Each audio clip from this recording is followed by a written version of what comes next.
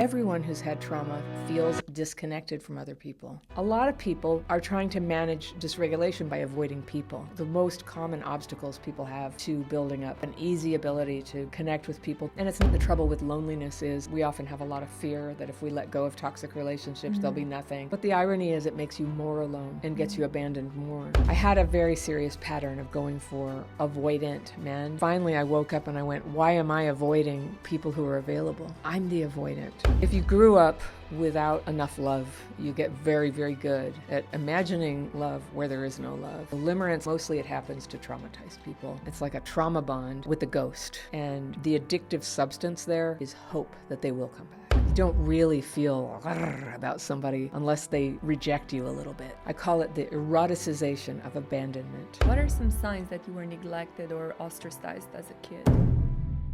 Hi everyone, and welcome back to today's episode. We have an amazing guest joining us today, Anna Runkle. You might know her as the Crappy Childhood Fairy from YouTube, where she helps over 1 million people heal from the effects of childhood trauma. She's the author of Re-Regulated, and her new book, Connectability, is coming out this October from Hay House. Anna, welcome back on the podcast. Thank you, Francesca. Thank you so much for taking the time. Our conversation last time was amazing. Yeah. So many people found it incredibly valuable, so I really wanted you back on. Yeah. So yeah, thank you for being here. How are you? I'm doing really well. I'm so happy to be in London. This is my home away from home. Oh, that's amazing. I'm so happy. And your new book is amazing. I read it. Thank you. You know, I just wanted to, start off the podcast by asking you, your book is all about forming meaningful relationships. Why do so many people struggle with that? Why do so many people feel like they don't belong and, feel like outsiders? Yeah. Well, I guess one of the bright sides of the pandemic, if you could say that, is that a lot more people came to experience that. And so somebody like myself who had a little bit of that all my life, suddenly I found that, it's like all around. So many people could relate. And I had to write a book about it because it was something I had been living all my life. And as part of healing from my trauma, which is what my first book was about, as part of healing that, I really zeroed in on what I believe is probably the core symptom of trauma. Like, I think almost everyone who's had trauma feels disconnected from other people. 100%. And it's not talked about very much. And so as a YouTuber, we have this great opportunity, right, to find out what people resonate with. And I was always surprised. I do a video about feeling left out, not belonging, like you don't fit in, like nobody is listening. And those videos would just, like so many people would engage, thousands of comments. And I thought, wow, this is where it's at. So since the pandemic, more and more people have been joining us in the ranks of those who just have this strange feeling that there's like a wall between us and everybody else. And so when I learned to heal that for myself, I had to turn around and start sharing with other people. I believe there are different reasons why we have that. And I'll get into those a little bit as we talk. There's different people have different reasons. Trauma is definitely one of them. Some people are autistic. Some people are introverted. So it can be a personality thing. It can be just part of your neurology. Sometimes growing up with trauma, it's like you were never shown. Some people were shown. They had polite parents who had friends, whatever, but they don't feel connected with other people. And it starts showing up. And so my book, I focus especially on something that I call covert avoidance, where we act like we're connected to other people and we're not really connecting. We're holding everybody at arm's length. We're not really living our lives. So that's what I find the most interesting. And a lot of people who didn't think of themselves as isolated, when they hear that term, they're like, oh, wait, that's me. 100%. And I think, so many people relate to that. And that's why so many of your videos take off, because it's like they can feel like they don't belong. They struggle with friendships, with relationships, with belonging in groups. So we're going to go, into that later. Yeah. But in your book, you say disconnection is a trauma symptom. Mm-hmm. So, how does childhood trauma hurt your ability to connect? Can you delve into that more? Yeah. I kind of see it as a three-legged stool, what childhood trauma does. And I have a different lens than a lot of people who are therapists or doctors or brain scientists. Mine is about like what I've noticed in myself and what I've noticed from helping other people heal from their trauma symptoms for 30 years. But it's dysregulation. And now it's funny, that's like a household word now. And when I was first doing my YouTube channel, I had to always define what are we talking about. But your nervous system everybody can have dysregulation sometimes. But childhood trauma can leave most of us more prone to get dysregulated, where we feel discombobulated and overwhelmed easily and emotionally intense outbursts sometimes, or going very flat and numb. Those are some examples of dysregulation. That affects your ability to connect. I mean, you get emotionally dysregulated and with a partner, you could ruin that relationship in just one afternoon. And almost everybody with trauma has had that experience.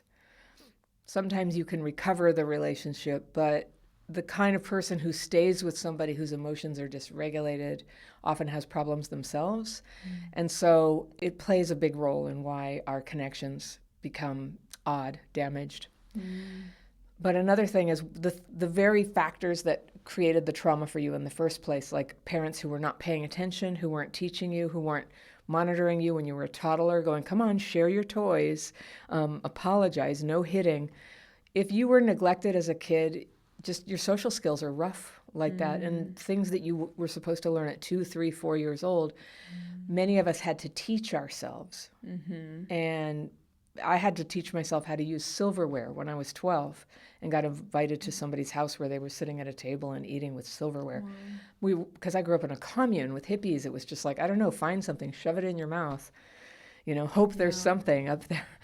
And so I would learn that. I was always fascinated with etiquette books and trying to learn how should I act. Should I apologize when I feel like apologizing? You know how some people never apologize and other people apologize too much?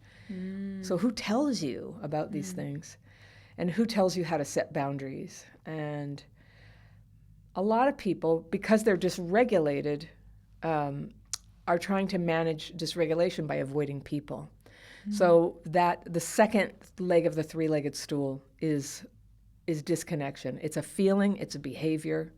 It's a thing that manifests all over life. And the third thing is self-defeating behaviors. And that's things like addictions or being angry all the time, seeing things in black and white, getting into friendships or relationships with really difficult or troubled people. And so I would say in this book, I in this center section, I have 8 sections that are like the most common obstacles people have to building up what I call connectability. And connectability is where you have an easy ability to connect with people, talk to them, build rapport, detect, are you a good person for me to know, or are you dangerous? But people who have high connectability are perceived as very graceful and easygoing and fun to have around and good to have as a friend. So it totally changes your life when you can develop connectability. And it's never too late to learn. Yeah. I absolutely love that. And what you said about, if you grew up with trauma or you grew up neglected by your parents, you don't learn the skills that you should have as a child. Yeah. And you think, oh, I'm just introverted or I'm just like not good with people. It's like, actually you just didn't learn some skills, because your parents never taught you those skills, or you never got to model those skills, like healthy skills from your parents. But you can learn them later in life. It's like riding a bike, right? You didn't learn it when you were 5, okay? Or you can learn it when you're 40. You can. There are some things that are a little more like in your nervous system. So kids who were neglected, you know about mirror neurons. And for that, your mother is supposed to be there going goo goo gaga in your face and going, oh, that's right, yay, and imitating you. And your brain is just sitting there wiring up and developing when that happens. If your mother was drunk or high or not there, nobody was caring for you at that level, then you're not developing the neurological framework to do this. And so for that, we cross our fingers that we have some neuroplasticity to work with. And where we maybe sometimes, I think we all experience this, we go, maybe I can develop this now, sort of like a developmental delay, but we learn it now. And I think a lot of us were like, yes, I was able to develop that. It took me longer than other people. Some things, It's not really anything you can replace, but you come up with workarounds. Yeah. And have I ever told you my analogy that, like some injuries, a scrape, it's going to heal even though you don't know what to do. An amputation, you're not going to get another leg. And some trauma wounds are analogous to that, where you can't replace, like you can't have your childhood back. Yeah. There's nothing you can do, but you can have a workaround. And you come up with something where you can learn the skills you need so that you can be happy. So, and happiness, some of the core things to be happy is to be able to love other people, to be loved by other people, to have work that is meaningful and supports you and your dependents, and to be able to live around people without a lot of stress. Yeah. Those are some core things in happiness. And for that, you need some connectability. 100% agree. And, you mentioned childhood neglect. What are some signs that you were neglected or ostracized as a kid? Well, usually you remember it if it's after age 4 or 5, and it's a painful memory. And so when you say signs, like signs that it happened and you just didn't realize it, I wish it was so perfectly easy to match what happened with how it is, but this is what it feels like when it's not working. You go join a new thing, like somebody might join a new book club, and they go the first time and they think, oh, this is great. And at that first book club meeting, they go, who would like to bring the snacks next month? You go, I will. I'll be one of the popular girls, and I'll bring the snacks, and this will be great, and we'll all be friends. And then the next month you go, and it seems a little cliquish, and somebody else brought snacks, and people talked a little bit more about their snacks. And you just start to get hints that you're not really fitting in, that they're not thoroughly excited to have you there. And the thing is, that nervous system communication between people, if you're anxious when you enter into a group, whether people realize it or not, they can detect that you're anxious. And so it puts them ill at ease with talking to you. And anybody will naturally gravitate to people who are comfortable for them to talk to, who are just sort of smiling and enjoying their company, versus somebody who's a little tense. And that's the most unfair thing about these symptoms, is just the last thing you need when you're working on this is to be perceived as difficult. Yeah. And you can't help it. It's not your fault this happened to you. Yeah. And so some of the skills of becoming connectable are really about faking it a little bit, about how to act appropriately when it's time to do that. We're not trying to stuff our feelings or, put up with things that are not okay with us. Yeah. But just to learn how to say the polite things and look people in the eye and smile. We all kind of know this, but we have to practice it because it puts other people at ease. I think a lot of connectability is to be able to be aware of how other people feel and consider what would put them at ease. So a lot of us who struggle with connectability, if we get invited to a party, which wouldn't happen very often if you've been isolating, because that's what we do. We sort of go, I don't know, parties, too stressful. Yeah. I don't like people anyway. But you get invited and you go and you're so preoccupied with what's everybody thinking of you and where are you going to sit and do I really belong here, that you're not really fun. And it's not really a book about being fun per se, but it becomes uncomfortable. And so I recommend to people to consciously start thinking about how's everybody else doing. And like if people say, so where are you from? And I go into a long story about my trauma history, it could make them uncomfortable. And so this is one setting where, maybe I don't do that. I don't want to make people uncomfortable. I want to make people feel comfortable. And a go-to thing you can go back to is if you scan the room, you can usually see somebody where you can tell they're feeling isolated too. They're feeling alienated. And you can go sit with them and, just be friendly to them and help them feel more included. And magic, you feel more included when you do that. 100%. So some of the things are sort of surface like that. But some of the things take a lot of work and practice.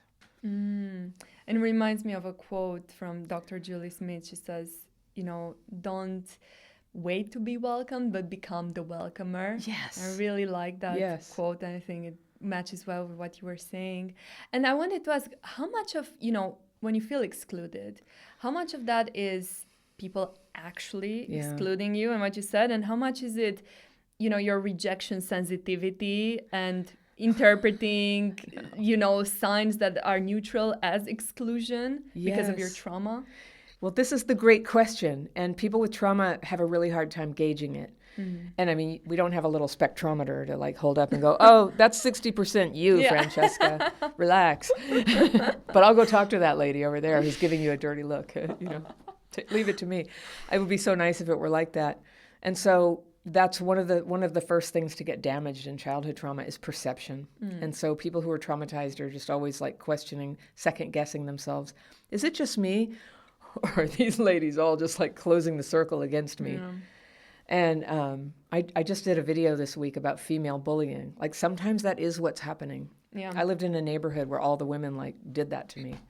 Oh, gosh. Yeah, they just like shut me out and gossiped and made up stories and it was terrible. I lived there for 10 years. Oh my gosh. And this video, this ended up being popular. I learned from this video like a lot of women have experienced this.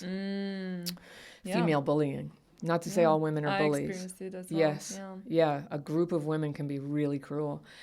And so sometimes it's them. Yeah.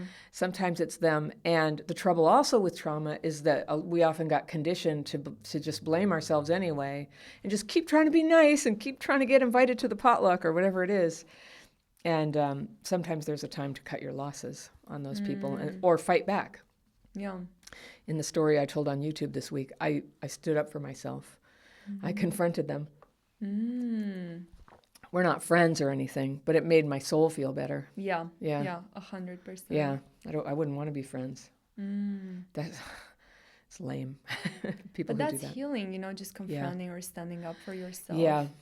Yeah. And so that's a really common trauma symptom. And I think it has some variations in different people. And there's kind of a male pattern where men will try to be nice. Or funny, we all try to be like the joking person, like, oh, ha, ha, that's okay. I know I'm kind of annoying, ha, ha. And then with women, a different type of fawning behavior of please like me, or people do spiritual bypassing to do it, like I'll just do the Christian thing and keep forgiving you, when they're just slandering you up and down the road, and there's a time to fight back. So sometimes it's real, and I don't mean to say that it's never, not.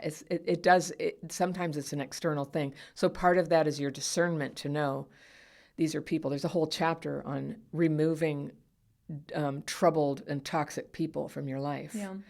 And for a number of reasons, those of us who grew up with trauma often have a collection of them. And they take up all the social space. Yeah. And maybe you make a nice new friend and they hang out with your other friends and they don't want to be your friend anymore because these people are awful.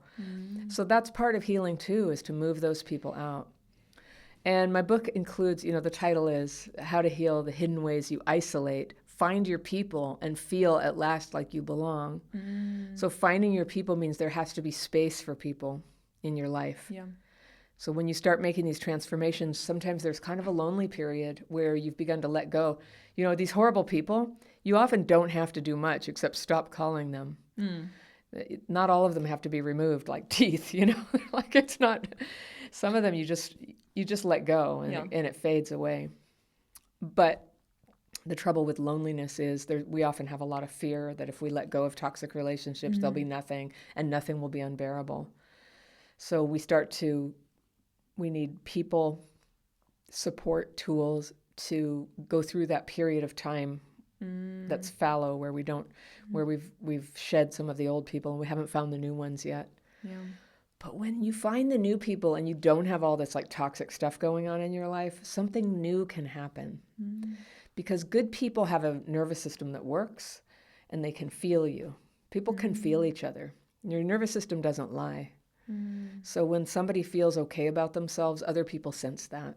And when somebody just feels like I better kiss everybody's butt or everybody's going to abandon me, that's when the predator people can detect you and be like, oh, good, somebody who will take any amount of crap. We call that crap fitting in Crappy Childhood Fairy, where we just can fit ourselves to any unacceptable situation at all because we're that afraid to be abandoned. To be lonely and abandoned. Yeah. Yeah, absolutely. I think a lot of people go through that. Yeah. But the irony is it makes you more alone and gets you abandoned more because it brings all that, it just keeps that like toxic vibe going in your life. Gosh, I want to go into so many things you Sure. mentioned. Why don't we start with, a huge problem a lot of people have that you mentioned, which is self-isolating. How can someone stop self-isolating, and why do they do it? Well, I think the number one reason people do it is to manage stress, the stress that they feel around people. And the problem is, like, sometimes you do need a break or an afternoon or a weekend to yourself. That's when it's productive. We call it solitude. But isolating is when you're using avoidance of people to just handle being you. And I think some people are so traumatized that they just can't do people right now. So they might not work. They might at most have like a pet or something who they relate to. And they can't do people right now. And they will often, I learn a lot from people by what they say in YouTube comments. And they will comment at night. And nights are the worst for people, I think. And they come out and they go, people are just shit. I hate people. They see some video where I'm talking about, here's how you can slowly build relationships with people again. And they go, it's never worth it. Everybody's just selfish and narcissistic. And which is a little ironic, because if you think you're the only person who's not a narcissist, I think, like, what is the word for that? Is there I'm the only person, better than everyone, right? But it's not really just straight up narcissism. Like, they're that wounded that they perceive everybody as untrustworthy and vicious. Yeah. And it's just not true, but it's often a product of who you ended up letting into your life.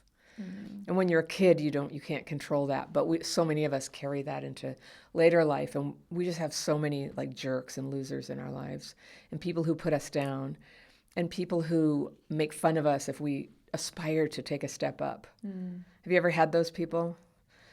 100%. Yeah. Yeah, especially when I was younger, like, adolescence or like, university years. So many, dealing with so many like mean people, as you call them. So I definitely want to go into that topic as well with you. Yeah. Well, when you take a big step up in your life, you will lose friends.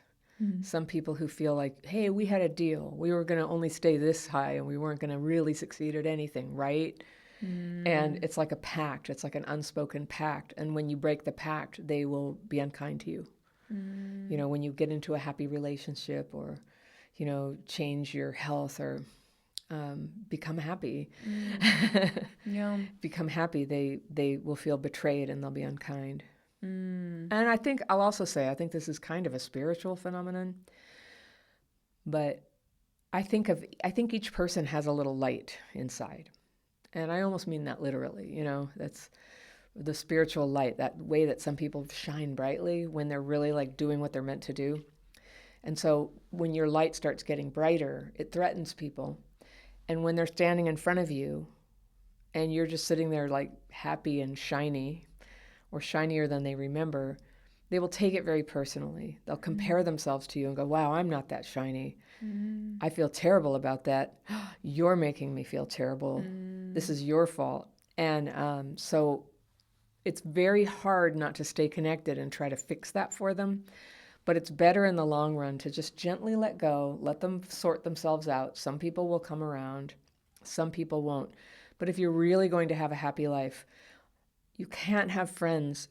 By definition, a friend is someone who wants the best for you, not someone who attacks you because things got better for you. It's not a friend. Absolutely. It's an arrangement. Absolutely. I'll hang out with you so you don't have to be alone if you'll hang out with me so I don't have to be alone.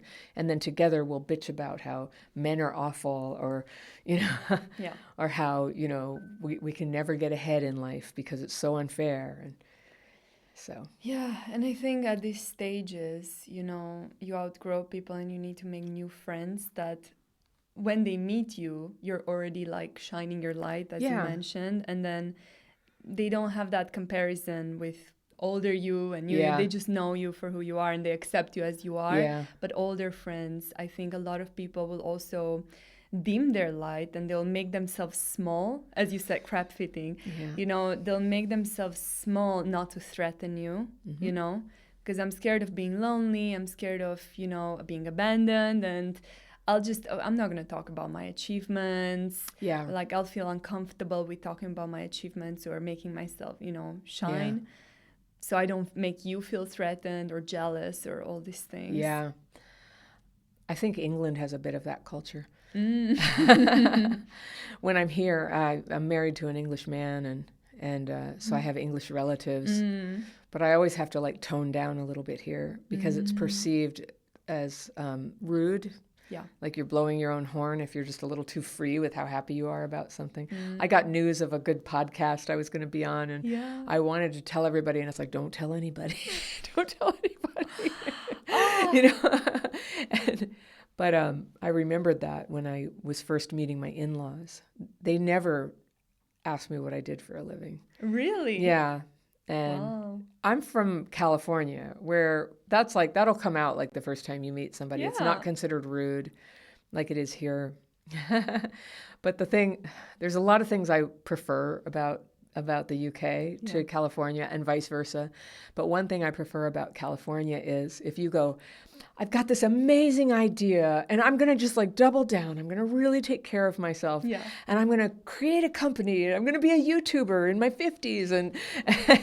And people will pretty much go, that's great. That's They're amazing. supportive. That's awesome. Because that's our culture. So we have Silicon Valley, I think, because like everybody in the world, that like they went all the way west, to where can you go to just be like an idea person. And now it's been going on for so many generations. It's like in the gene pool too. Yeah. So my grandparents are the ones who immigrated to California.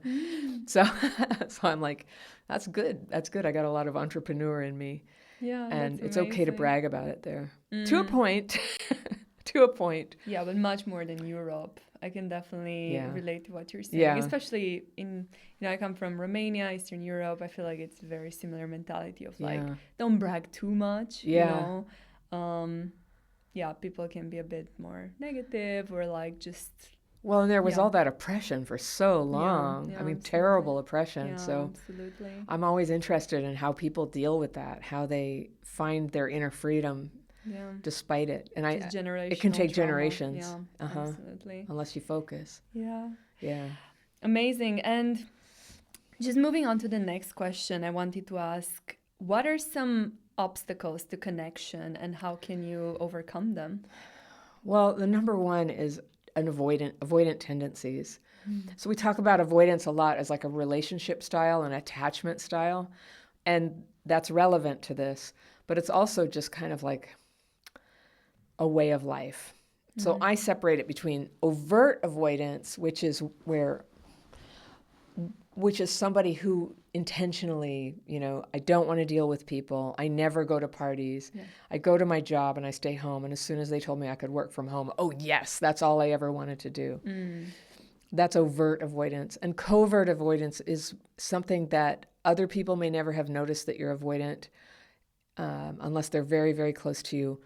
You may not even realize you're avoidant. And so in myself, something I had to confront is, I've been with my husband now for like 17 years, but before I met him, I had a very serious pattern of going for avoidant men, and not just avoidant, but totally unavailable or impossible.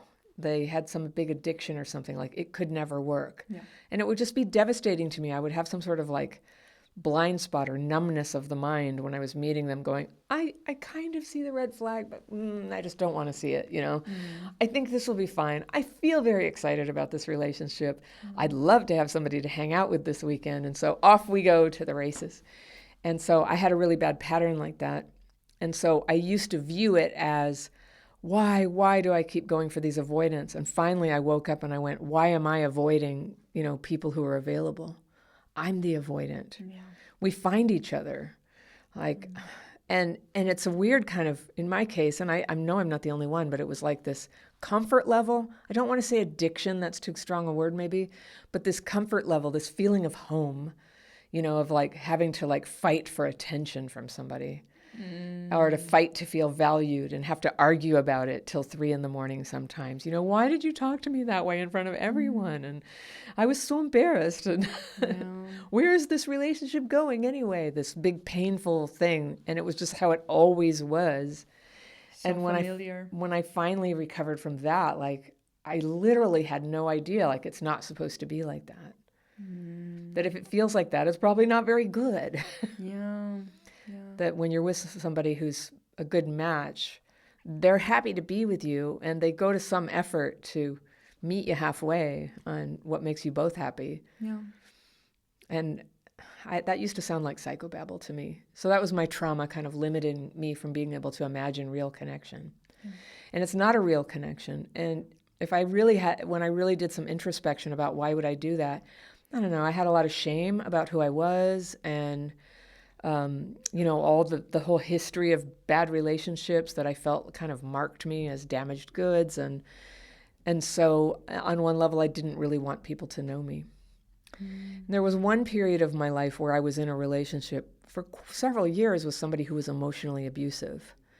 And it's this weird thing that happens when we're in an abusive situation. I think this is very common, so I say we. And it was me. I couldn't see it at the time, but when I got out of it as soon as I could see it. I read some books about what is emotional abuse. He was always calling me names, always threatening me, like, I'm going to leave you unless you da-da-da, and making a big scene in front of my friends where to control his behavior, I'd have to be totally silent and make a joke out of it and cover for him, that sort of thing. And it did a lot of damage to my ability to connect with other people at all because I was hiding this shameful relationship I was in. And it was all happening at this very kind of underground level of my soul, where I was participating in this whole thing, hiding it from everybody. But it was really hard for me to see that I had complete agency about whether I was going to be here or not, and what I was going to do. And in my case, like many people, my fear of abandonment was so strong, it would just like cloud over that clear thinking. But it gets bad enough one day, hopefully. And if you have at least one person who gets you, and you have access to some tools and people who will be honest with you, you can see the way you've cut yourself off from everybody because of something that you're ashamed of. People do it about addiction or drinking, or people do it about, you have a bad year and maybe put on a lot of weight and then feel like, oh, I can't go out like this. Well, that's not a very good approach, because if you had a bad year, that it was bad enough that it changed how you take care of yourself, you probably need some friends. You need some friend time, and you need people who care about you and support you. And, maybe, and this is where it gets tricky. So weight is something I've had struggles with in my life. When you gain weight or lose weight, friends will often match up with you. And what's interesting is when I've had significant weight loss before, there's this whole chorus of people. They do the thing like, you betrayed us, and they go, aren't you just conforming to beauty standards? It's like, well, the thing is, my joints don't hurt anymore and I can sleep well. So, and I'm glad it's beautiful, but but why would people want to put you down for taking care of yourself like that and changing the way you take care of yourself? So I think that's one of the hardest things to face, is that one reason we're alone is because we didn't know how to find friends who were supportive, and we couldn't be the sort of person that is has a shiny light for those people. So it's a process. And how we change this, it's not like one thing that happens overnight. I believe, especially because when we've gotten avoidant, we get so nervous about being around people that we can get easily overwhelmed and give up. That's what we often do. It's like, I'll join the group. I'll take a volunteer role. I'll be best friends with everybody. I'll do all this stuff, and then within a day, it's too much, and then you have to quit everything. So titration. I love that word, titration. A little at a time. You do a little bit. Go, how do we do? That was okay. All right, do it again. Still good? Okay, maybe do a little more. And for me, when I was first titrating my way out of isolation, one of the first things I had to dare myself to do was walk out of the house when I was going to go to my car and go somewhere without first checking out the window to see if any neighbors were out there. I had these very vicious neighbors. I will say I had my reasons, but I just got in the habit of I wouldn't go outside if anybody was out there. I didn't care who they were. I didn't want to have to talk to anybody. It just caused me anxiety. I had fear that if I started talking to somebody out on the street, they wouldn't let me out of the conversation. I'd be stuck talking all day. And what that is a lack of boundaries. If you have no boundaries, you have to fear every interaction. Everybody can just take advantage of me. I'll never get out of the conversation. Next thing you know, they'll have all my money. Like these things. When you have no boundaries, that's what happens. So boundaries are one of the big obstacles. Another big obstacle to connecting with people is we're too other-centered. Not everybody, but many of us, we get too focused on other people. And that can take the form of codependency, where we're trying to get all of our happiness out of making somebody we don't actually like or approve of change so that we can be in the relationship with somebody we like and approve of. But it never works, of course. You can really lose your soul doing that. Or limerence, or fawning, where you're just dancing around all the time going, but I just want you to be happy. I'm sorry, did I make you mad? Oh, we can just do whatever you want to do. That's not connectable. That's not real. That's somebody who's just sitting there trying to make you happy is a turnoff. They're not there, and it's not really fun. So unless somebody is very exploitative and wants a servant, they don't want to be around a fawner. So we have to start getting back in touch with ourselves and going, wait, what do I want here? Can I express myself? Can I meet people halfway and just get over this idea? I don't even want to call it an idea. It's not cognitive. Some of this stuff, it's wired in so deep from childhood. So it takes a daily practice to get at it, to be able to face honestly, what's happening right now? Why do I feel like leaving this party? Why do I feel like I can't apply for this job that looks perfect for me? What's going on with that? So in all my programs, I teach people a really simple technique called the daily practice to face fearful thoughts and feelings and resentful thoughts and feelings. Just two major categories of negative defenses, that when you name them and you release them in this exercise, and then you rest your mind, you let your mind kind of put itself back together. And I'll give you a link to that you can share with people. Yeah, I'll link it in the bio. Yeah, anybody, I teach it for free, and it's in all my books. Yeah. It's kind of just like a basic tool. Amazing. But people who are traumatized have a hard time processing their thoughts and feelings.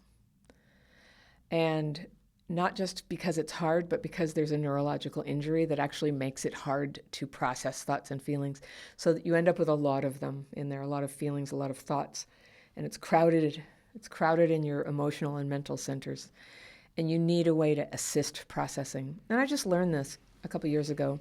But I've been doing the techniques for 31 years, and I'm like, oh, that's why it feels so good to write it down and just kind of I write a little statement to release it, then rest in meditation, and then I forget all about it. And then there's space again in my mind. So it's a lot of working with your neurological injury from trauma, working with your social deficits that you didn't learn at home.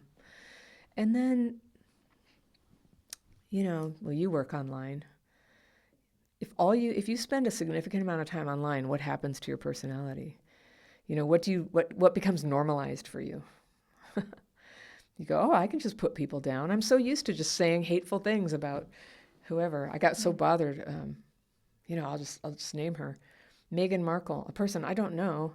I just can't believe how people feel so free to say terrible things about her. You don't know her, and the things you know are from people who their job was to say cruel things. We don't know her. Yeah. And so just for example, I see that all the time, and it's like a knife in my own heart when people treat other people like that, like they're fair game to trash. We could name hundreds of people, right? Yeah, absolutely. Yeah. So much negativity online. It's insane how much people put each other down and things they would never say in real life. Well, now they're starting to a little bit, aren't they? It's normalized. Yeah, maybe. And the thing is, if you want to have a good life with love in it, you got to stop doing that. It's a totally untrustworthy person thing to do. And so a lot of this, our grandparents and great-grandparents had some guidelines about how to be a good person that you may want to recover. And I know some people's grandparents were not so great. But you know what I mean. There were just sort of traditional ideas of how to be a respectful, kind person and to keep in mind, let's be fair to other people. Let's not talk behind their back. Yeah. Those etiquette books you mentioned. Exactly. Yeah. I'm fascinated with etiquette. That's probably what my next book is going to be about. But that's amazing. Very edgy etiquette for people like me who have to be told. How to, yeah. But that's extremely useful. Yeah. And you mentioned limerence at one point. I just want to go a bit more into that. Yes, because we love this topic, don't we? We love this topic. If you grew up without enough love, you get very, very good at imagining love where there is no love. And so limerence, I think it could happen to all kinds of people, but mostly it happens to traumatized people. And especially for whatever reason, well, I have a guess at why. This is just a guess, but children of alcoholics seem especially prone to limerence, I've noticed, because I just get hundreds of letters and people tell me their background and what's going on. Because there are some parents who are so abusive they never pay attention or love you. But like an alcoholic parent, sometimes they love you so much. They're so, you're my best friend, little buddy, you know. And then the next day they don't care about you at all. Yeah. And so there's this, it's like a trauma bond with the ghost, and you're set up to just be very attached where there's no love coming back. Yeah. And the addictive substance there is hope that they will come back. Maybe if you can say the right thing or be nice enough or pretty enough or, you know, fawning enough or whatever, they will realize that you're the one. So it's an addiction level obsession, romantic obsession with somebody else who you can't have. They are not open to that, or occasionally they would do it, but they're married or something like that. But in any case, you can't have them. But your whole life becomes built around this fantasy of, but what if you could? And what if you could say the right thing? And what are they thinking right now? And are they thinking about me? And it can go really far. And there's a whole industry of people who prey on such people to tell them what they want to hear. And that includes some psychics and tarot card readers and the whole twin flame idea, to give people hope where there really isn't hope. And even if there was hope, why would you want to pursue a relationship with somebody who won't be with you? That's like it's so funny. Somebody had to tell me this. The number one quality, like the best quality in a man, Anna, that you really must look for. And I was like eager, like, yes, what's that number one quality? They can be with you and will be with you. I'm like, It's like that one. That's yeah. deep. Number one. That's Yeah. like, without that, nothing else matters. Without that, nothing else matters. Yeah, So, absolutely. yeah. You mentioned trauma bond. What is a trauma bond, and Oh, how yeah. can you break it? A lot of people talk about it's used casually to mean relationship between traumatized people, but it has a specific meaning actually. And it's a strange phenomenon. You can do it even with animals if you're cruel to them, where you switch on approval and kindness and love, and then you switch it off. And then you switch it on, you switch it off. You know who's perfected this is like kidnappers and people who take hostages and political prisoners, where you're alternately hot and cold and hot and cold. And even animals will form an oversized attachment to such a person. And it's a malfunction of our nervous system. It's probably, I suppose it has some evolutionary function, but it's nothing but trouble. When it's going hot, cold, it will make it feel like you have to hold on tighter. Yeah. And boy, you take a traumatized person and you put them with somebody who blows hot and cold. Well, nobody else would be with, if somebody had secure attachment and was raised by loving parents, when somebody goes cold on them, they're like, oh, I see, you're not a suitable partner, and they're out of there. Yeah. So I guess only a traumatized person would stay to keep experiencing this, but the attachment can feel so strong, it feels life and death. Yeah.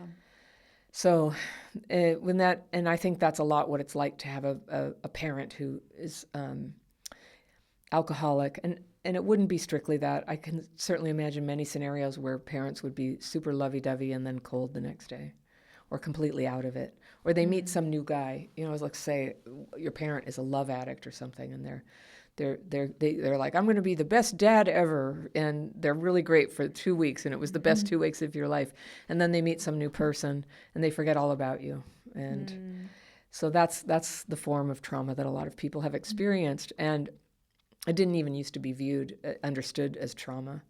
Did they hit you? No. Did they, they just totally emotionally took off, or physically, and so that primes you to feel a romantic attraction, and I call it the eroticization of abandonment. I made up a word for it, but where you don't really feel about somebody unless they reject you a little bit.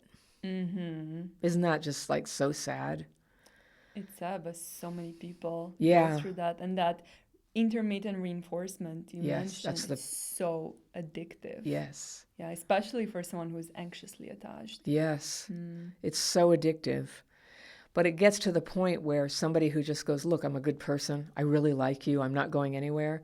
When you've been deep in the problem kind of relationship for a long time, those people are not attractive. You're like, ew, normal. Don't feel chemistry. I feel no chemistry. That can change though. But it takes a period of healing before your proper attraction can resurface and make itself known to you. To be attracted to things that are good for you, which is what attraction is meant for. It is good for you. Yeah, that's so interesting. What the term you mentioned, what was it? Eroticization. Okay. It's actually sexy. You know, like I might lose you, or I did, or breakup sex as an example. You know, it's going to be over, but wow, you know. And so the eroticization of abandonment. And I didn't make this up, but a lot of our sexuality and attraction is formed by those early relationships and what the dynamic was with our caregivers. And so... Can you delve deeper into that? I feel like nobody talks about it. Yeah. It's such an interesting topic. Yeah. Well, these are my personal opinions. You know, I'm not a therapist, but I'm just an observer of life. And I sat in a lot of 12-step meetings and watched people with their suffering and their journey of like, what did they do about it, and did they ever change? And I think Freud introduced us to the idea that our sexuality is formed, you know, by our relationship. He said with your mother, but it could be with both parents, right? Yeah. And it's before consciousness, before language, that it's not something you're in strict control of. I don't think anybody can really help who they feel attracted to, or they can't help who they fall in love with. And it can feel like a curse that will never change. And so some people have a very pathological form of attraction. I don't even want to go there, but like children, right? Yeah. So it cannot be acted on. It simply cannot be acted on. And then some of us have these gray area things where you're free to go ahead to get together with an abusive person or a person who doesn't like you. It's not a crime, but you will never be happy. And you could be hurting other people, let's say, if you're going for married people. So it's a pretty serious thing. And it's very hard to change by trying to change directly like who you go for. And this is the great delusion. I'll be better, you know, if I just meet the right guy, this will all go away. And I think there are such cases where somebody met somebody who just loved them so much the right way that it just sort of sorted the whole thing out.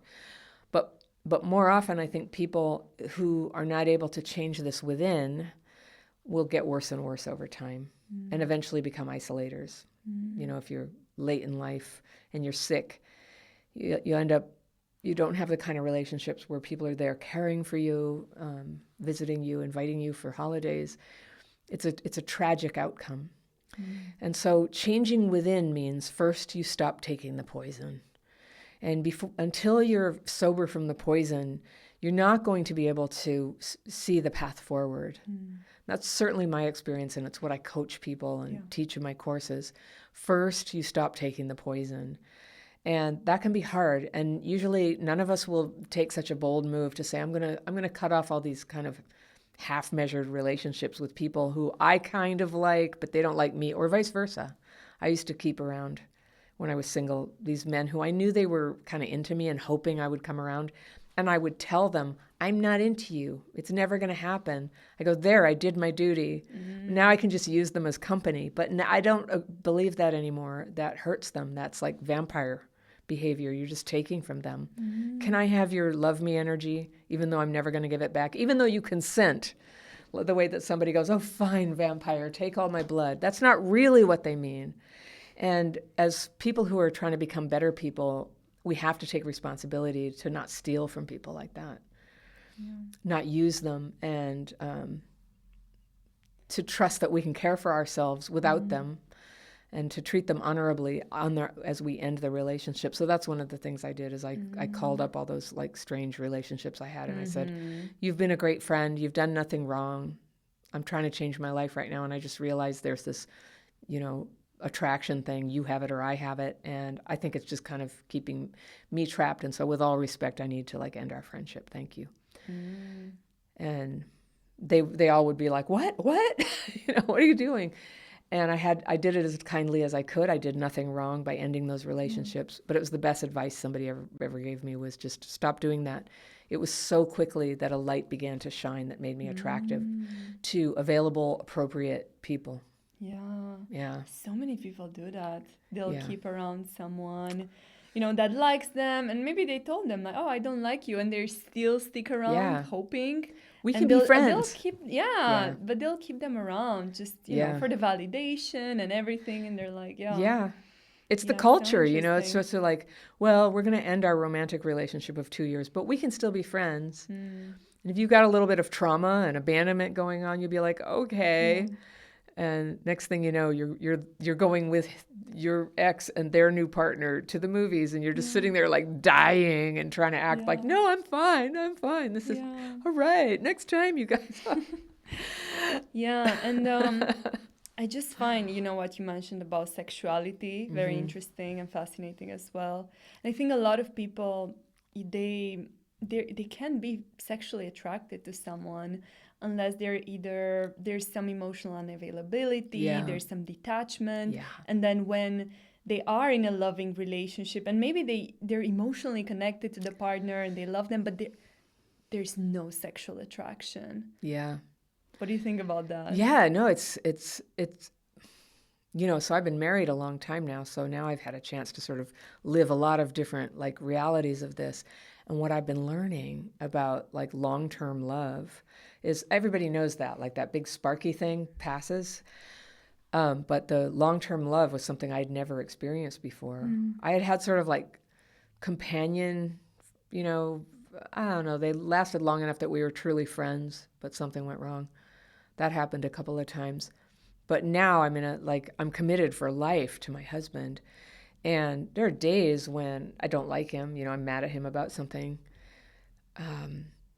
And I never really felt married until I had a chance for that kind of love to start like manifesting in my heart. Of that, I just never had that. I think my love, the way that I used to fall for people was sort of utilitarian in a weird way, and I wouldn't have described it that way then. I was so passionate, but when the other person is inconvenient for you, they need something that wrecks your day. My husband had to be in the hospital overnight right before I had to take a big trip in May. He was fine, as it turned out, but I was prepared to like cancel my trip, not because they knew, he didn't need me medically there or anything, but I wanted him to be okay, and I was prepared to do that. And he ended up saying, it's really okay. And I was like, but is it really okay? And that's how the first time I experienced that love was with my kids, where I would have like put my own life before theirs. I would have jumped on the railroad tracks to get them off the track if I had to. And to have that kind of love like opens you up.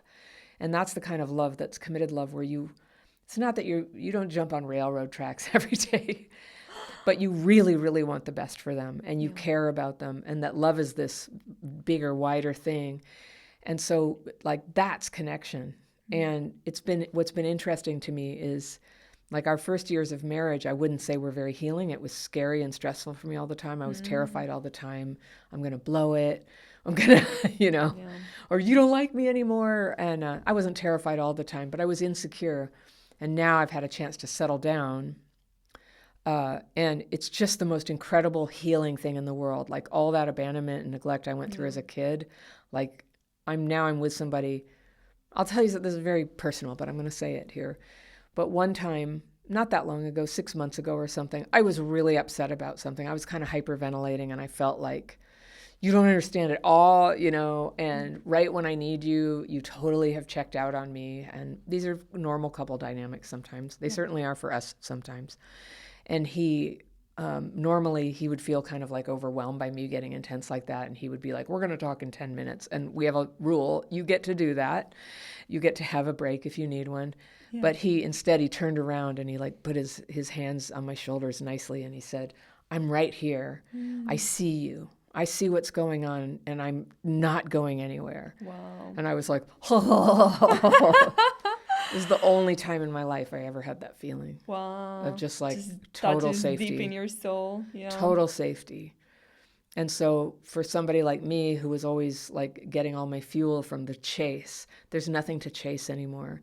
And I'm Yeah. getting to experience what love really is. Mm. And it's the most healing thing in the world. It's lovely. That's incredible. Yeah. So useful to hear examples like this. Thank you so much for sharing. I think for, for other people who aren't maybe, initially attracted to more Yeah. stable, safe partners, but just to know like long term the benefits, the love, the safety you feel from these Yeah. relationships is like you can't Yeah. even compare it to the fuel you get from chasing someone unavailable in Yeah. like that hot and cold dynamic. Well, also, I think we all want that. We all want to be safe and loved to that degree where somebody like it's not just that they're there with you, but they actually do know you. They're not just like Yeah. blindly, just desperate for Yeah. anybody. It's not like that. They know you. They're looking at you at your worst and they're like, I'm right here and I'm not going anywhere.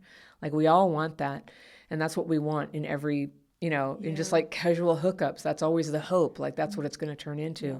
But in a weird way, when we go for the relationships where connection isn't possible, we're delaying connection and we're even injuring our connectability. The injury is occurring. And so it takes time to heal. It goes slowly. It takes practice. But first you stop the poison. You stop taking the poison. Yeah. And there can be withdrawal when you do that, when you don't have all this excitement and stuff.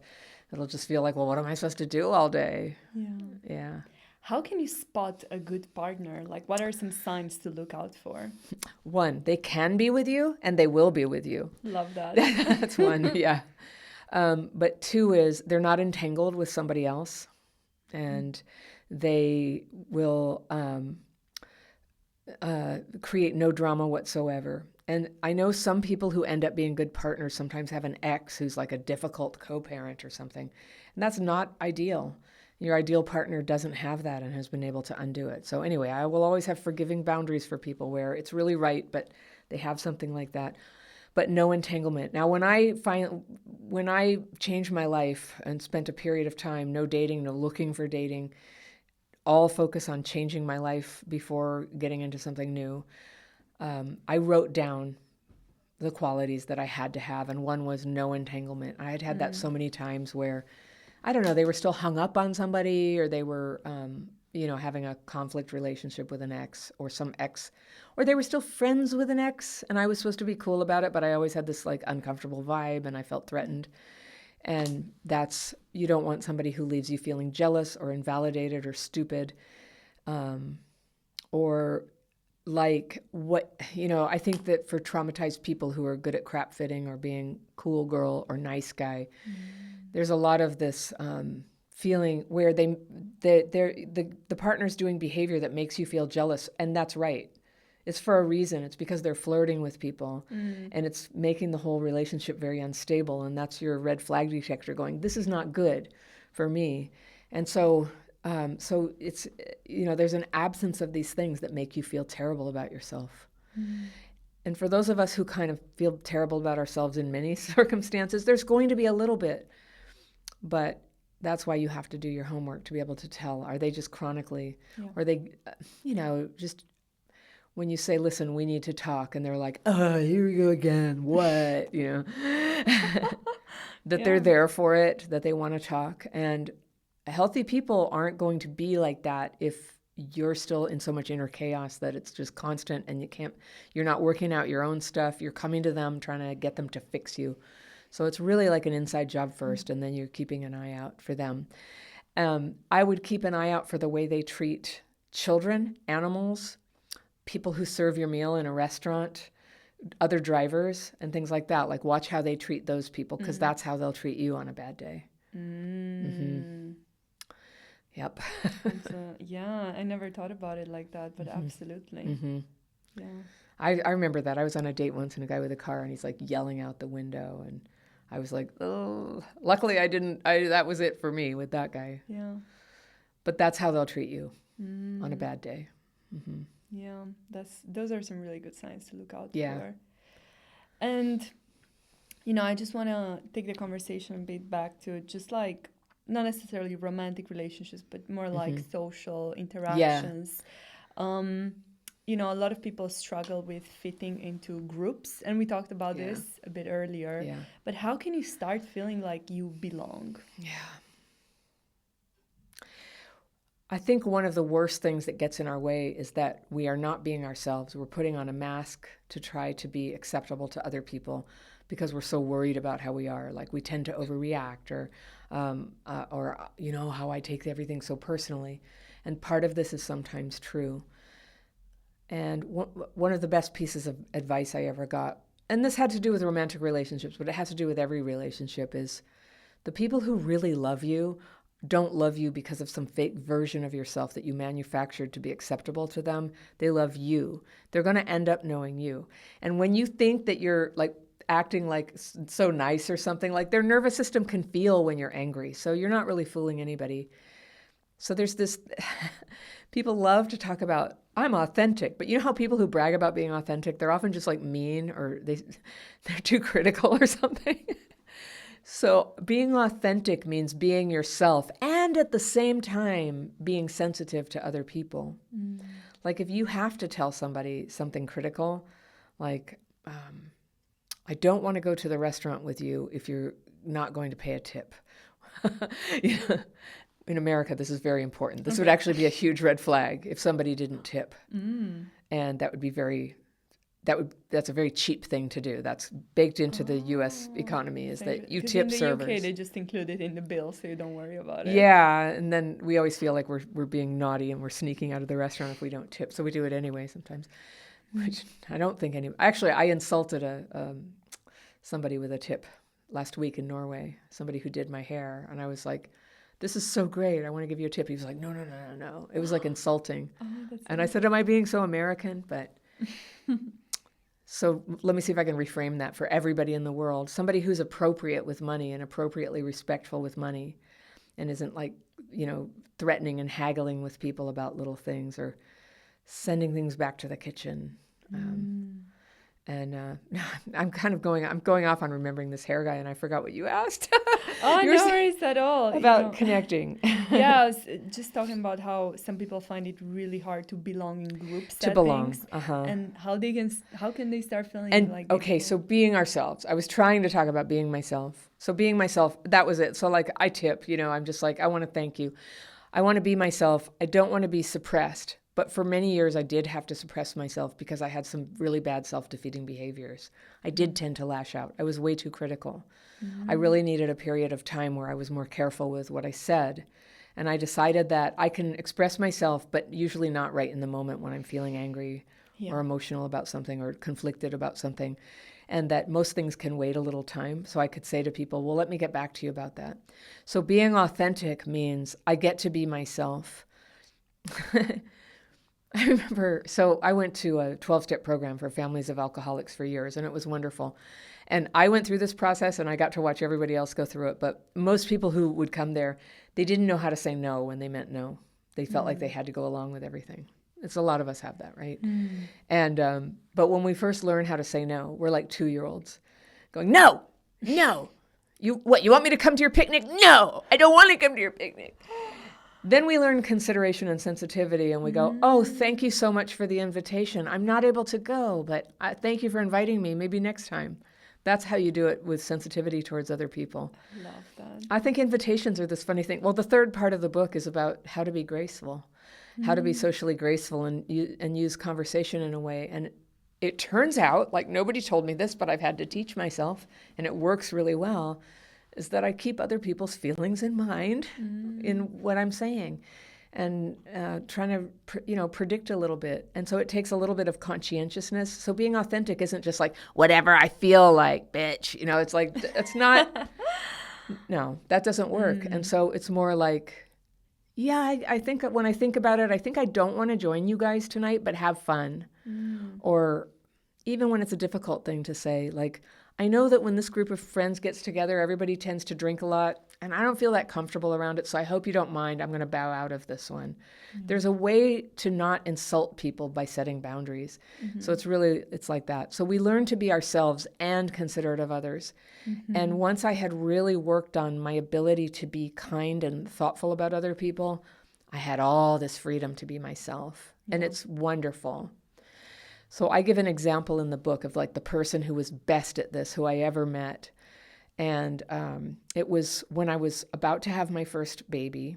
I was very pregnant, and I was meeting, this is my first husband, and he's from England, like my second husband. I know. Yes, I love English You men. have a type. It's true. They're very different, but they're both from here. So I have in-laws all over the place, all over the UK. But so I came here with him to meet his family, and they didn't even know he was in a relationship. We had kind of a hasty, abrupt, very kind of dodgy beginning that ended up happily producing 2 kids, and we're great friends now and co-parents, and our spouses are also good step-parents. So first I just want to say, don't worry about me. It turned out okay. But when we were together, it was awful. We didn't know each other very well. It was a surprise pregnancy, and we decided to make the best of it. We didn't get along. So people would quickly pick up, like, something's not right here. This isn't like normal. And we did eventually get married for a very short time, but for a long time we weren't married. And that's kind of normal here. Nobody really judges you for that. But his family was so skeptical towards me. They were all like, who is this? What is she doing here? You know, they thought I must be some lowbrow. I don't know what they thought, but they were polite, but they weren't like, oh, we love you. Now, once the baby was born, everybody was glued together. It worked out. But I was there, and I was so broke at the time, and I had these like thrift store overalls on, maternity overalls. And I don't know why, but when I'm 6 months pregnant, I looked a year pregnant. I mean, I'm just huge. I was huge. I was waddling around, and we were hanging out with my father-in-law to be, and he was very skeptical of me, but he had this girlfriend, and I call her Evelyn in the book. And my father-in-law had this tiny little British car, and we took a ramble out in the country, drove around. I think we went to Canterbury or something. And it would have been a nice day, except I felt and my partner was not, he's sort of disowning me in front of his family. And so I was really struggling emotionally. And this girlfriend, Evelyn, she gets in the back of the car with me, and it's like one of those little back seats, and with a huge belly and everything. I was so uncomfortable. And she just sort of snuggled into me. She was 70 years old or something. She goes, isn't pregnancy wonderful? And she was so disarming. And then we had this chat in the back of the seat. And later in the afternoon, I think we looked at Canterbury Cathedral. It was cool.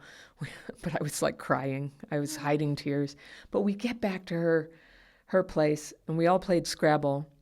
And she had this magical ability. She made me feel like I was the most interesting, beautiful, intelligent person in the world. I was a little surprised when we got to her house in that its vastness and grandness. It was a stately home, and I had no idea.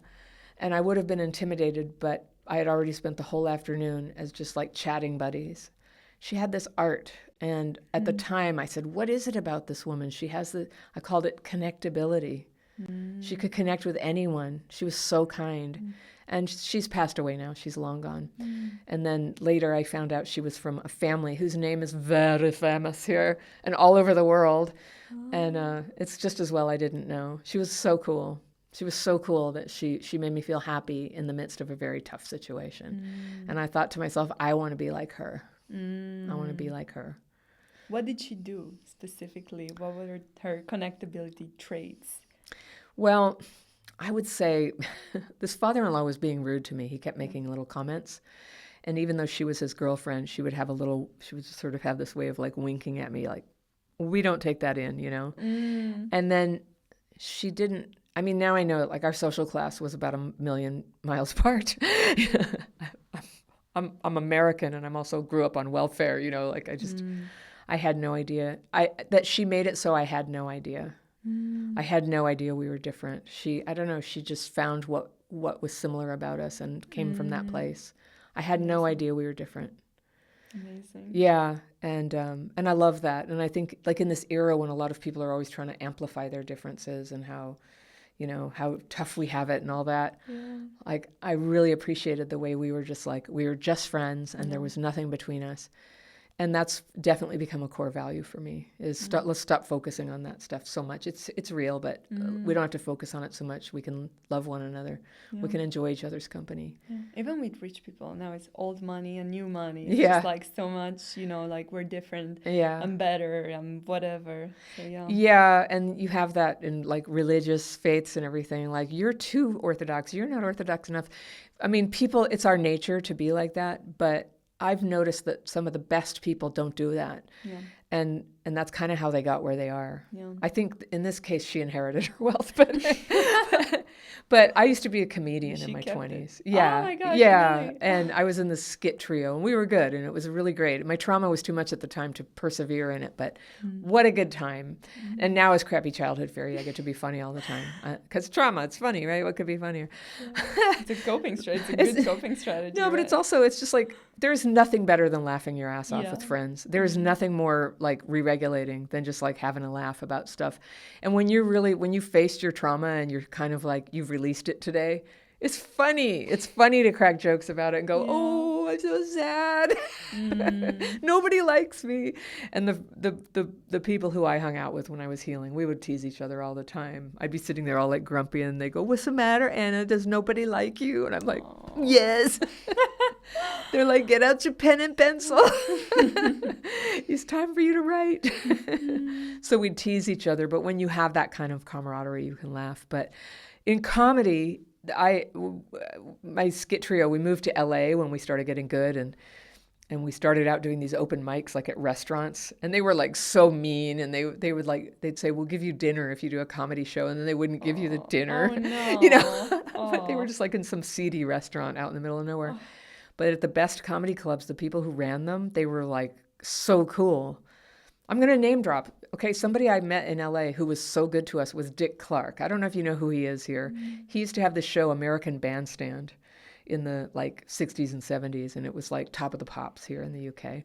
And he was like this really nice guy, but he had us shoot a pilot. And he loved us. He's like, I love you, Comedy Cows. That was our name, Comedy Cows. You guys are great. I love you. We're going to find something. Nothing ever panned out for us in his production company, but he treated us so well. And he he hosted the New Year's Eve ball drop in Times Square for years. He was just like an American icon.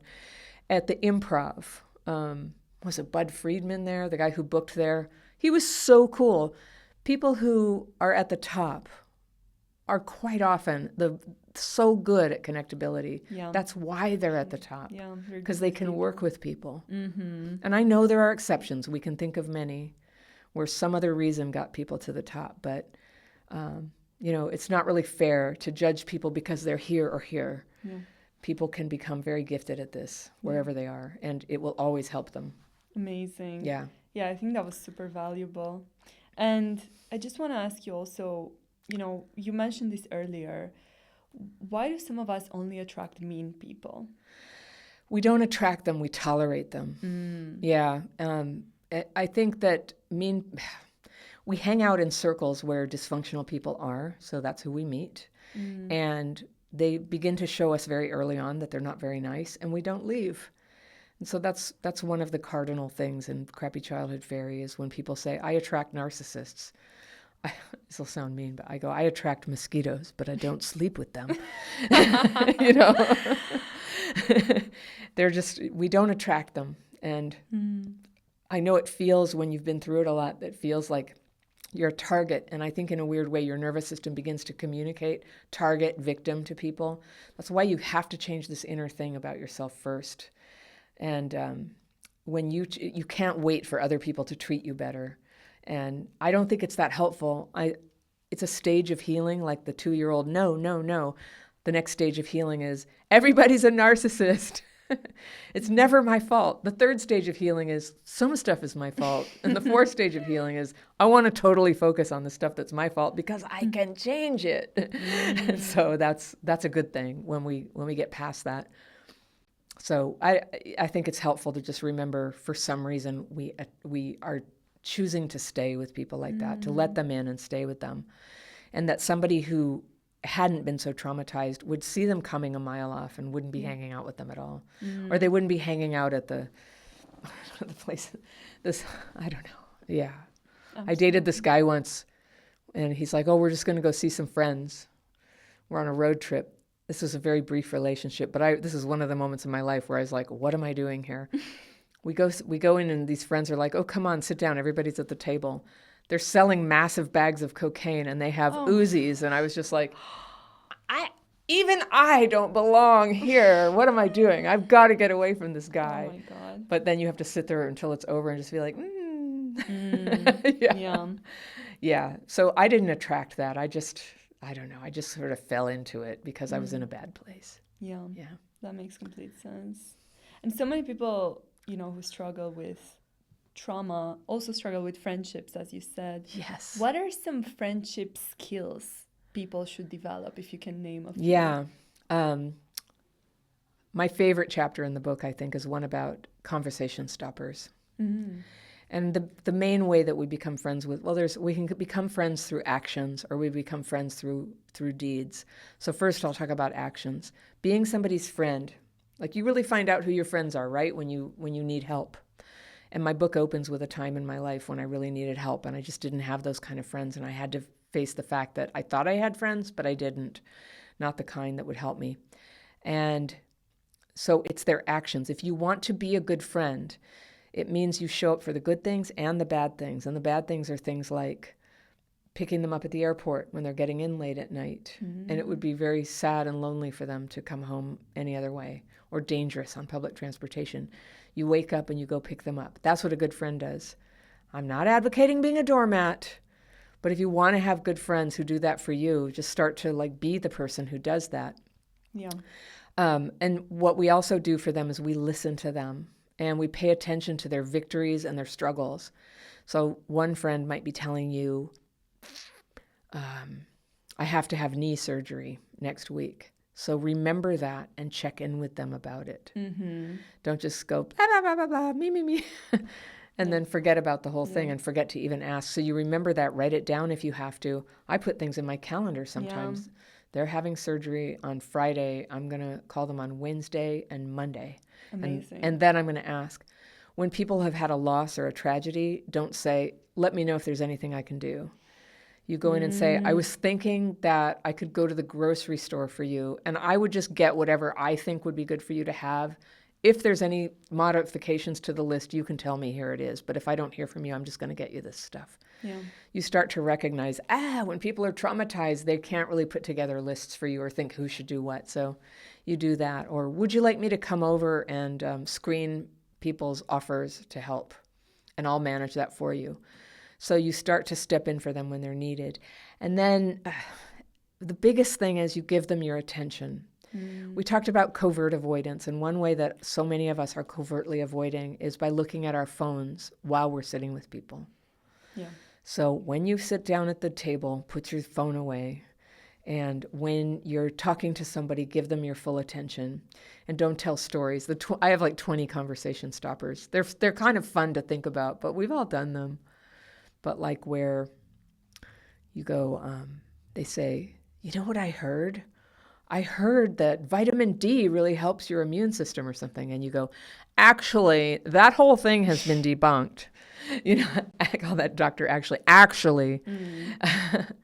You think you're engaging in the conversation, but the reason they're telling you about vitamin D is not primarily about vitamin D. They're telling you because they want to be connected to you, because they're trying to enjoy this time together. And so you keep your mind on what we're trying to do here is connect. And you go, really, vitamin D? Well, tell me about that. Yeah. And maybe later you'll go, do people ever disagree about that? I think I've heard that. Well, I don't know. Has it helped you? Who cares? Yeah. You look at the bigger picture. You look at the bigger picture. So what's your intention? Have you heard of the Gottman Institute? Yeah. And, they have this idea they talk about romantic relationships. When people make a bid, I'm trying to connect with you. And good relationships depend on hearing, this is a bid, and accepting it. So when you say, you know what I read? I read that you could, you age slower if you don't eat blah, blah, blah. And just like hear it for what it is. I'm trying to connect with you and connect with that. And like, that's something I'm that me and my husband are working on with each other. Yeah. We will get into like, well, actually, no, I read this other thing. So there's some of the other ones that often happen is it just, things remind you of a story. So somebody says, I'm really worried I'm not going to pass this exam. And you go, I felt like that once, but this thing happened. So once I was going to take an exam and you're like off in this other story and you're not being present with somebody saying, I'm having worries about something and I'm sharing that with you because I want to be connected to you. Yeah. And so so the primary thing to remember there is think of conversation as how you connect. And that's, it's almost like, I want to talk about autism, even though I don't know very much about autism. So forgive me, everyone who knows far more than me. But I think that's a social skill that is often taught in social skills teaching for kids on the spectrum, and about listening to what's the feeling here, what is the person asking you to hear. And so I think all of us who struggle with connection can learn a lot from those social skills that people on the autism spectrum have so cleverly taught themselves of how are you supposed to act. It is an etiquette book sometimes, and then it becomes natural. But you learn to pay attention to what is somebody saying. So whether it's because it's baked into your personality or your nervous system is built like this, or it's because you've spent a long time pulling away from people, that when you focus on connection, it's going to be counterintuitive. A lot of the messages we've gotten when I say really tune in to be sensitive to other people above being authentic for right now, because you're making a space where you can be authentic, because you're a kind and considerate person, there will be a lot of people who will complain. That then the narcissist just takes advantage. It's like, if that's who you're hanging out with, yes. Haha, but there it is. You're going to have to change that too. And so it's a project, but it's a happy project. It's the thing that makes life feel good and rich and well lived. And nobody on their deathbed really ever says, I wish I'd isolated more. Absolutely. Yeah. If anything, they'll say, I wish I would have connected more. I wish I would have connected more. People are lovely. And when you really work on this stuff, it will surprise you what you discover about people. Just like the person who sells you the bread in the store, who you'll never see again because you're traveling. Yeah. You have a little connection with them and a little joke. It's lovely. It makes travel nice. Absolutely. Yeah. Yeah, you've mentioned so many valuable things, and I just want to ask you like a last question to end this podcast. How can you find your people? I know you have a chapter in this book. Yeah. Probably right now, if this has been a struggle for you, you don't even know who they are because you don't know who you are yet. You've been having to struggle so hard to fit in that you haven't been able to vibe at you. You know what I mean? Vibe at you. Be your vibration of you. And I would say, give this a little time, titration, to keep practicing connection with people. Now, when I say titration, you go out there, you go ahead and go to your car, even though neighbors are out there, and you say, hi, how's it going? Nice flowers. Okay, you get your car and you go, oh. And this is why I teach the daily practice technique. You need a way to just like take that like stress and get it out of you. It'll drive you back into your little cave if you let it. And so there needs to be a way to de-stress every time, as you go through the day, and not just like once a week, not just when you go to yoga, but like right now, sitting in the car before you turn the key, you can sit there and get some of this stress out and just keep making space to handle it. And sometimes if there was something you needed to learn about that interaction, it can come to you because you have mental space. You'll be surprised how much wisdom and intuition you have when you have a little space in your mind, because it's not filled up with that backlog of stressful and angry thoughts and feelings. So you create more space, and then you stay on a diligent plan. Some people make a chart. Some people are like, make us a diary. And I'm like, you make a diary. That's another book, isn't it? Maybe someday. but where you kind of log, and I make it a game. I give you points, like if you just like say hi to the neighbor, that's 1 point. If you call somebody up and say, the last time we talked, it felt weird, and I just wondered, was there something that happened or that I said? Because if there is, I want to work that out. You get 3 points for that. You're done for the day if you do one of those. So you make it like a game to just keep practicing, keep de-stressing about it, and start teaching yourself to move about with ease and freedom with yourself. And when you make a horrible mistake, I teach you how to apologize. If you know how to apologize, it's okay. You don't have to be afraid. Yeah. That's amazing. Anna, thank you so much. Thank you. For all the incredible insights and valuable information. Thank you. I loved how we touched on so many topics, from romantic relationships to, friendships, isolation, not feeling included, all these things that people struggle with. So many people do, and I think it's going to be super valuable. So thank you for your time. Thank you. It was amazing.